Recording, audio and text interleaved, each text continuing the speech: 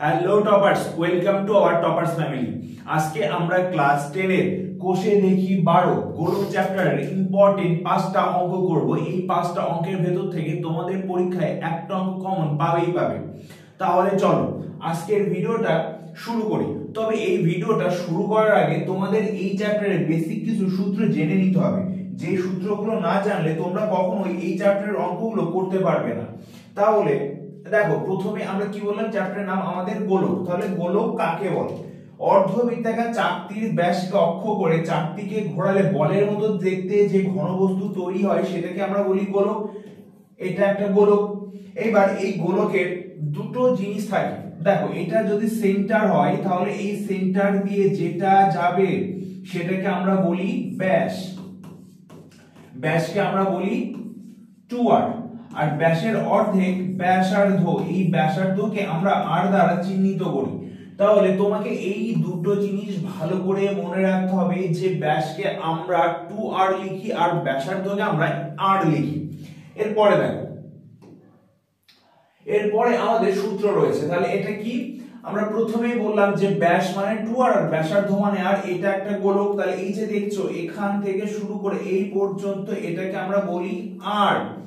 এইবার এই টোটালটাকে, এটা যদি r হয় তাহলে এটাও r। তাহলে এখান থেকে এটা শুরু করে এটা কত হবে? এটা টোটাল r। তার মানে ব্যাস মানে 2r আর ব্যাসার্ধ মানে হচ্ছে r। এবার এখান থেকে তোমাকে এই দুটো সূত্র মনে রাখতে হবে, কারণ অঙ্ক করার জন্য ভীষণ ইম্পর্টেন্ট। আর একটা কথা মনে রাখবে, পরিমিতি করতে হলে সূত্র তোমাকে অবশ্যই মনে রাখতে হবে। সূত্র যদি তুমি মনে না রাখো তাহলে পরিমিতিও কেন, যে কোনো অঙ্কই তুমি করতে পারবে না। তাহলে এখানে অঙ্ক করতে হলে তোমাকে অবশ্যই সূত্র মনে রাখতে হবে। দেখো এই ছবিতে এখানে দেখিয়েছি, এটা যদি কেন্দ্র হয় তাহলে এখান থেকে এই পর্যন্ত হচ্ছে যে রেডিয়াস আর এখান থেকে এই পর্যন্ত রেডিয়াস, এটা মানে ব্যাসার্ধ। আর এখান থেকে এটা হচ্ছে যে ব্যাস। এগুলো হচ্ছে যে ইংলিশ টার্ম। ডায়ামিটার মানে ব্যাস আর রেডিয়াস মানে হচ্ছে যে ব্যাসার্ধ। আর সেন্টার মানে কেন্দ্র, এটা জানো। এরপরে দেখো, বক্রতল অথবা সমগ্র তলের ক্ষেত্রফল কত? 4 পাই r স্কয়ার। এটা 4 পাই r স্কয়ার। আর ঘনফল বা আয়তনের সূত্র হচ্ছে 4/3 পাই r কিউব। 4/3 পাই r কিউব। এর আগের ভিডিওতেও তোমাদের বলেছিলাম যে আমরা যখন ক্ষেত্রফল বার করব, ক্ষেত্রফলের ইউনিট হবে বর্গ একক আর ঘনফলের ইউনিট হবে ঘন একক। এই দুটো জিনিস তোমাদের সবসময় মাথায় রাখতে হবে। তাহলে দেখো কি বললাম, বক্রতল অথবা সমগ্র তলের ক্ষেত্রফলের সূত্র কি? 4 পাই r স্কয়ার। ঘনফলের সূত্র কি অথবা আয়তনের সূত্র কি? 4/3 পাই r কিউব। এবার দেখো, এটা গেল সম্পূর্ণ গোলক।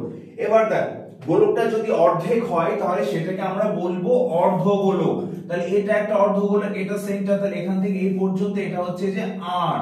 তাহলে এটা যদি r হয় তাহলে এখান থেকে আমরা তিনটে সূত্র পাবো। দেখো আগেরটাই আমরা কি করলাম, এখানে বক্রতল আর সমগ্রতল দুটোর ক্ষেত্রেই সূত্র সেম ছিল 4 পাই r স্কয়ার।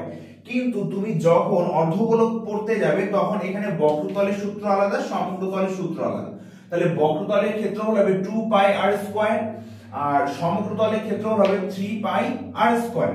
আর আয়তন বা ঘনফলের সূত্র হবে 2/3 পাই r কিউব ঘন একক। তাহলে এটা গেল অর্ধগোলক।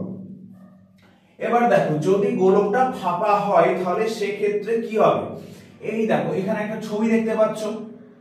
তাহলে এখান থেকে এই পর্যন্ত এটা হচ্ছে ভেতরের গোলক, মানে এটা হচ্ছে অন্তঃব্যাসার্ধ। এখান থেকে এই পর্যন্ত এটাকে আমরা স্মল r ধরেছি আর এখান থেকে এই পর্যন্ত এই টোটালটাকে আমরা ধরেছি ক্যাপিটাল R। তাহলে বহিঃব্যাসার্ধ ক্যাপিটাল R আর অন্তঃব্যাসার্ধ স্মল r। তাহলে এই ক্ষেত্রে সমগ্র তলের ক্ষেত্রফল কি হবে? 4 পাই into capital R square plus small r square বর্গ একক। আর আয়তন হবে 4/3 পাই capital R cube minus small r cube ঘন একক। তাহলে এই সূত্রটা কাজে লাগিয়েও তোমাদের একটা অঙ্ক আছে। তার মানে এখান থেকে তোমরা মূলত যে সূত্রগুলো শিখলে এই সূত্রগুলো ভালোভাবে মুখস্থ করবে, তবে কি এই অঙ্কগুলো করতে পারবে। তাহলে চলো আমরা যখন সূত্রগুলো শিখলাম তখন এই সূত্রগুলো অ্যাপ্লাই করে আমাদের অঙ্কগুলো